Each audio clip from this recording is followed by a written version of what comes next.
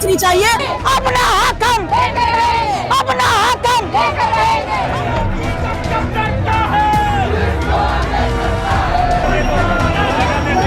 चाहे केंद्र की सरकार हो चाहे प्रदेश की सरकार, भारतीय जनता पार्टी सीआरओ की पार्टी है। नहीं चलेगी, दो कानून व्यवस्था नहीं चलेगी।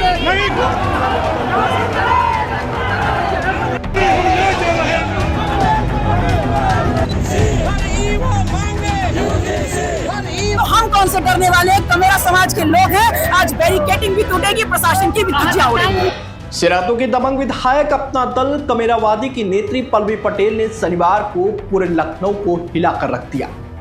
दरअसल पल्लवी पटेल अपना दल कमेरावादी के करीब 2000 कार्यकर्ताओं के साथ शनिवार दोपहर को चारबाग रेलवे स्टेशन पर धावा बोलती।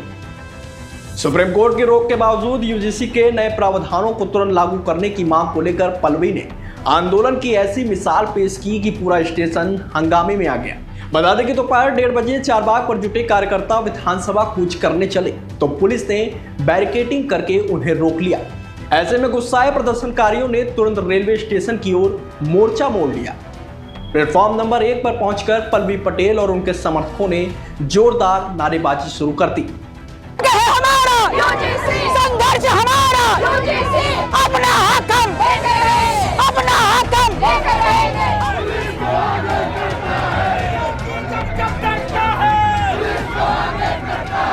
कुछ देर में कार्यकर्ता रेलवे ट्रैक पर उतर गए और खड़े इंजन पर चढ़ने लगे। देखते ही देखते पल्लवी पटेल खुद इंजन पर चढ़ गईं और हाथ में माइक लेकर नारे लगाने लगी।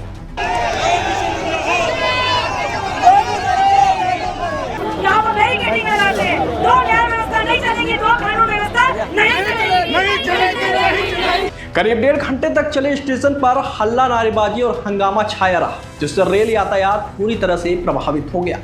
इस दौरान पुलिस ने लंबे समय तक समझाने बुझाने की कोशिश की, लेकिन जब प्रदर्शनकारी नहीं माने तो आखिरकार सभी को हिरासत में लेकर बसों में भरकर इको गार्डन भेज दिया गया।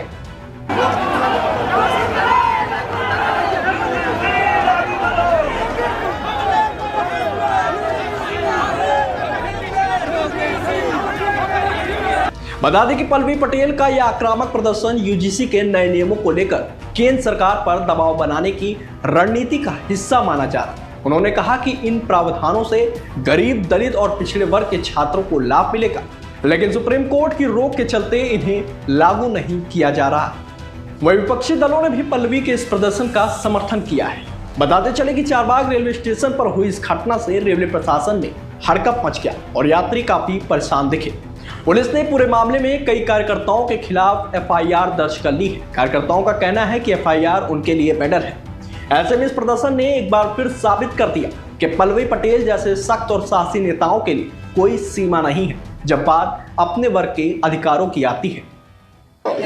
ओबीसी SC ST का जो दमन हो रहा है तो उसके लिए हम लोग मतलब रोडों पर हैं और इसके लिए हर हालत में लागू होना चाहिए।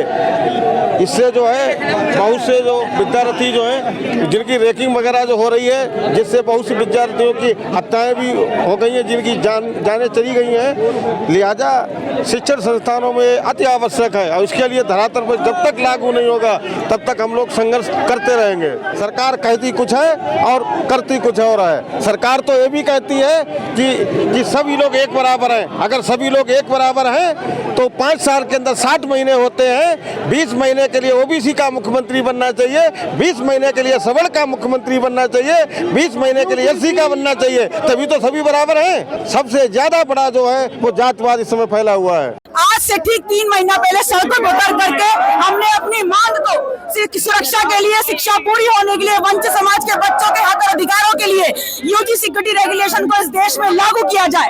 3 महीने का अंतराल देने के बावजूद हमने ये प्रयास किया कि उत्तर प्रदेश के हर सूबे, हर विधानसभा, हर गांव में जाकर के लोगों को बताने का काम करें कि यूजी सिक्योरिटी रेगुलेशन कैसे जरूरी है। और आज पुनः इस देश की सरकार के, इस देश के प्रधान सेवक से, उत्तर प्रदेश की सरकार से, न्यायपालिका से जवाब मांगने आए हैं। मामला सुप्रीम कोर्ट में है तो सुप्रीम कोर्ट तक सही और वंचित लोगों की आवाज ही पहुंचनी चाहिए और आवाज पहुंचाकर लगातार ये काम करने का काम कर रहे हैं कि सबसे बड़ा इस देश का वंचित वर्ग, उसकी शिक्षा, उसकी जिंदगी की गारंटी देने के लिए यूजी सिक्योरिटी रेगुलेशन को लागू होना चाहिए। समाज लगातार इसका विरोध भी कर रहा है।